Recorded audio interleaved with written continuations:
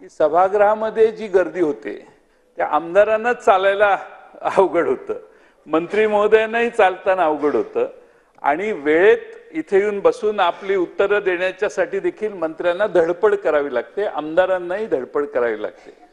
त्यामुळं बाहेर एंट्रीला एक्झिटला हॉल वेगळे दालनं करावीत, थोडीशी एक 4-5, आणि मंत्री महोदयांनी शिष्टमंडळानं बाहेर जाऊन भेटावं. ते केलं की आत येण्याची गर्दी कमी होईल. नाहीतर अनेक जण येतात आणि दिसेल त्या मंत्र्याच्याकडे जाऊन भेटायचा प्रयत्न करतात.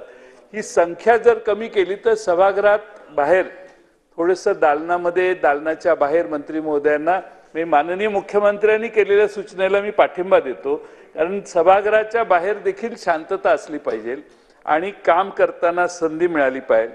मंत्री महोदयांना प्रोटेक्शन असतं. माझं म्हणणं, प्रोटेक्शन आत घेऊन बहुतेक कोणी येत नसेल, पण प्रोटेक्शनची लोक बाहेर बसली पाहिजेत.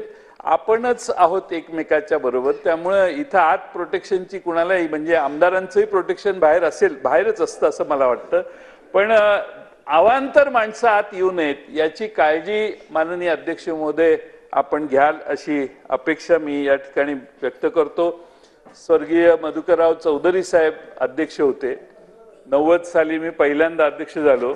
त्यावेळी दार उघडून आत येताना आमदार झालो. त्यावेळी दार येऊन किती लक्ष आहे बघा माझ्यावर.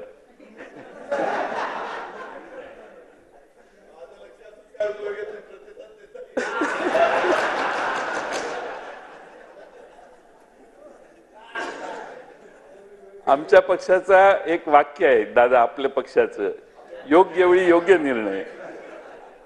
अध्यक्ष महोदय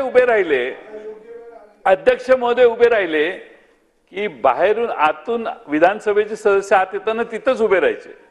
आता अध्यक्ष महोदय उभे राहतायत, अध्यक्ष महोदय बोलतायत, तरी निवांत येऊन गप्पा मारत उभा राहणं थोडीशी, आता 2.5 वर्ष मागच्या लॉटचा ठीक आहे, आता आपण कडक व्हा आणि कुठल्याही विधानसभेच्या सदस्याला एक पत्र पाठवा आपण की या सभागृहात प्रोटोकॉल काय पाळायचा.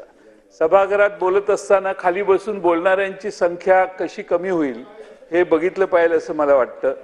खाली बसून आपण, हो दोन्हीकडे मलाही लागू आहे, मलाही लागू आहे, पण खाली बसून बोलण्यापेक्षा बोलणाऱ्याला कमी वेळेत संधी द्यावी आणि त्याचं भाषण लवकर संपावं. अमेरिकेमध्ये आणि बाकीच्या देशामध्ये क्लॉक चालू असतं आणि बोलायला उभा राहिला की 5 मिनिटात त्याला काय बोलायचं ते त्याला दिसत असतं की 5 मिनिटं संपतात. त्यामुळे एक स्टॉपवॉच एखादं लावावं की तुम्ही ठरवलं की दोन्ही बाजूनी एवढा वेळ आहे आणि प्रत्येक सदस्याला 15 मिनिटं, तर 15 मिनिटाचं क्लॉक इथं यांनी लावलं की 15 मिनिटात त्याचं भाषण संपवायचं, त्याला इंडिकेशन आले पाहिजे. कारण किती चर्चा किती काय करायची यालाही मर्यादा असते आणि प्रत्येकाला बोलायचं असतं.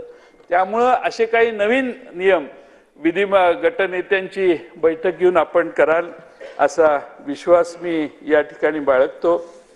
या सभागृहामध्ये आपण पुन्हा अध्यक्ष झालात याबद्दल मी राष्ट्रवादी शरदचंद्र पवार पक्षाच्या वतीनं आपले मनपूर्वक अभिनंदन करतो.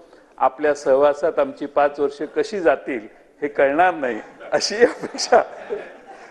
अपेक्षा व्यक्त करतो आणि वारंवार आपल्या जेवणाचा आणि आपल्या पाहुणचाराचा लाभ आम्हाला मिळेल अशी अपेक्षा करून पुन्हा एकदा आपले अभिनंदन करतो आणि माझे 2 शब्द पूर्ण करतो.